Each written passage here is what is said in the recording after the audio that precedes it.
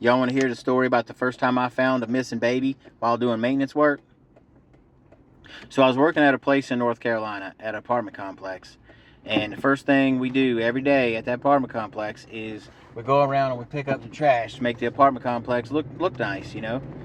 And so as I'm picking up the trash, I come around the corner and I see there's a big water puddle where it had rained the night before. You know, nothing out of place about that, except for the fact that there's about a 2-year-old little boy in his footed pajamas with a stick out in the middle of this water puddle, just having the time of his life. He's, poking a stick in the ground, throwing it in the water. He's got his dog there with him. His dog's not really playing, but, he's got his dog with him. Why not, right? And so I look around the building looking for mom and dad. They're nowhere to be found. I don't see no hysterical parents, no parents at all. So I told my boss to get over there. I was like, you ain't going to believe this. My boss shows up. He was pretty shocked too. You don't normally just find a random 2-year-old just hanging out by himself with his dog.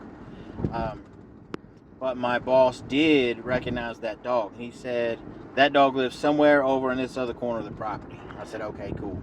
So I took the little boy and I took the dog and we walked back over to that corner of the property. I was hoping to find maybe a hysterical parent running around outside on the phone with the cop. Nope, nothing.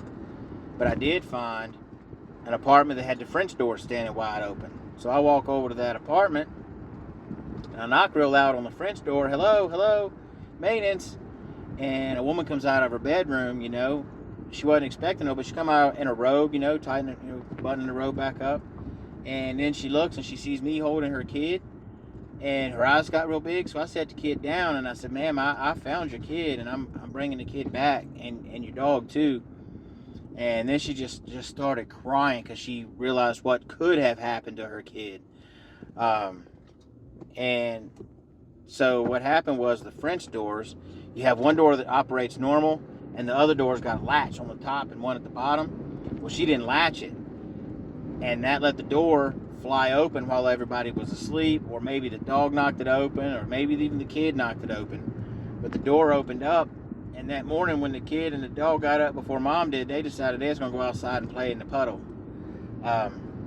So make sure you secure your French doors latches so that doesn't happen to you. But I did find another runaway kid or a lost kid one day. So if you want to hear that story, leave in the comments that you want to hear the story, and I'll tell you that one too. So till then, I guess I'll see you in the next one.